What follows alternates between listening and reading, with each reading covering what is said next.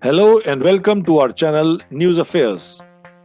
In this two-series video, we will discuss the structure, functioning and significance of G20 and the issues, limitations of G20 in the first part and India's G20 presidency in the second part. But before we proceed, we would like to remind you to like, comment, share and subscribe our channel to help us bring more such informative videos for you. So people, let's start right away.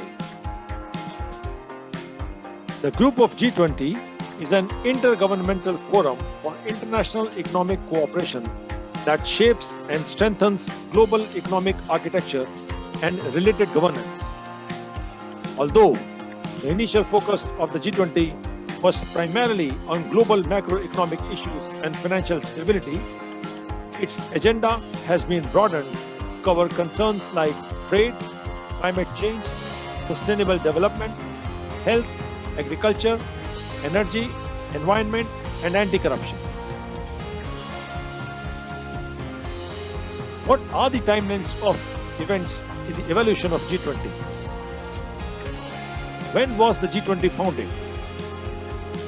The group owes its origin to the 1997-98 Asian financial crisis and was founded in 1999 as a forum for the finance ministers and central bank governors to discuss global economic and financial issues.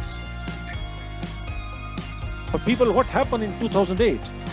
Well, after the 2008 global financial crisis, it was upgraded to the level of heads of state or government when it became clear that crisis coordination would be possible only at the highest political level. In 2009, it was designated the premier forum for international economic cooperation.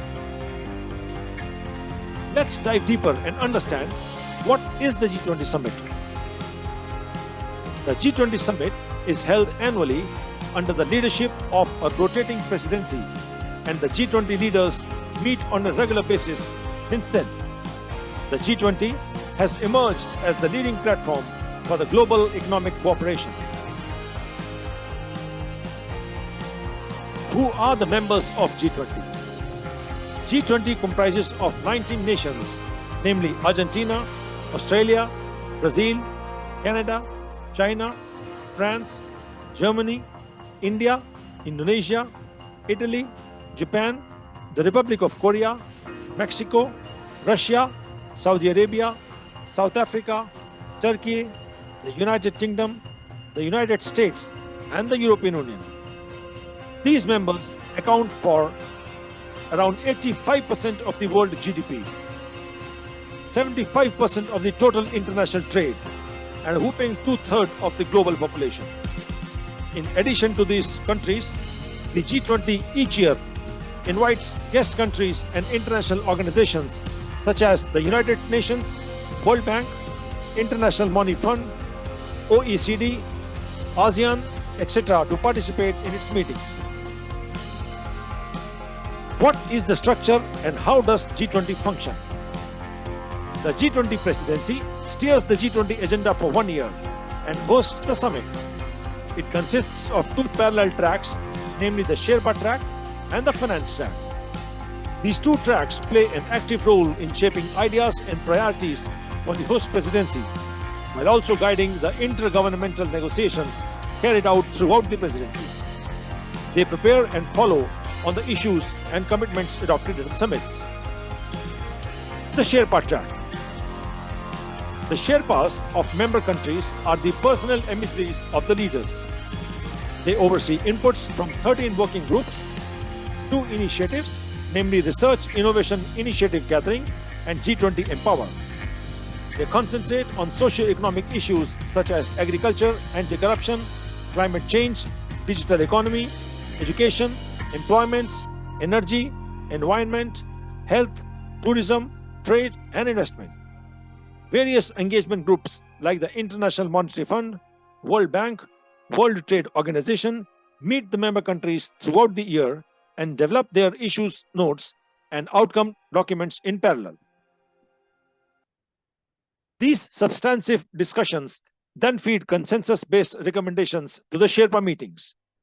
The outcome document of the Sherpa level meetings eventually forms the basis of the leaders' declaration, which is adopted and signed after and if the consensus is reached at the final summit by the leaders of all G20 member countries. The Finance Track.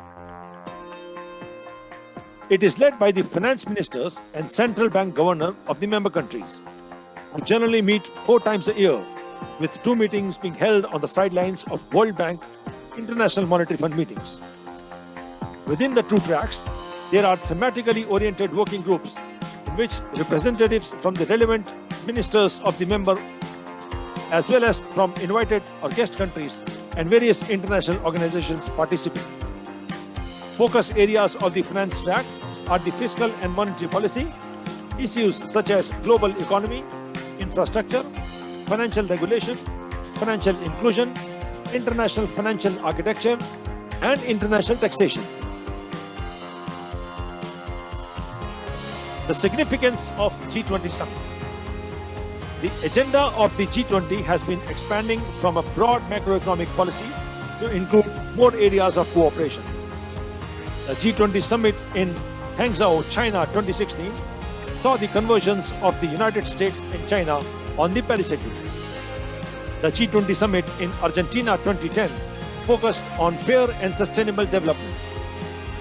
The G20 Summit in Germany focused on the issues regarding money laundering, international tax norms, and corruption. The G20 Summit in Bali, Indonesia 2022 focused on financial stability, humanitarian crisis, poverty, and aid to the least developed nations, among other things. The leaders promised to work together to address food security, recognize the importance of promoting gender equality, promote a more equitable distribution of power among developed and developing nations, addressing climate change, bringing adversaries on a common platform, networking and collaboration, and last but not the least, global economic cooperation. What are the issues and limitations of G20? While the G20 has played an important role in shaping global economic policies, there are several challenges and limitations to its effectiveness.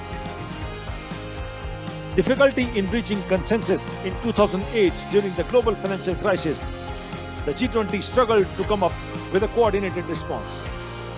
There has been friction within the group sometimes regarding the issue of climate change.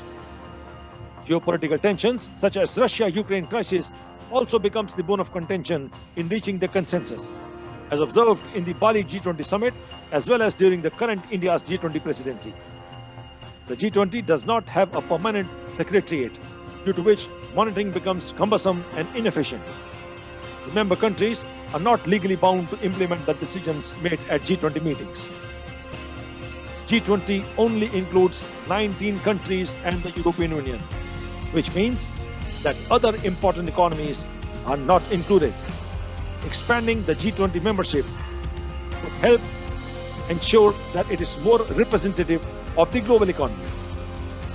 People, what are your opinions on the G20 issue?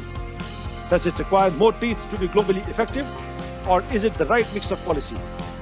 Please share your views in the comment section below, and do not forget to like, comment, share and subscribe the channel. Jai Hind.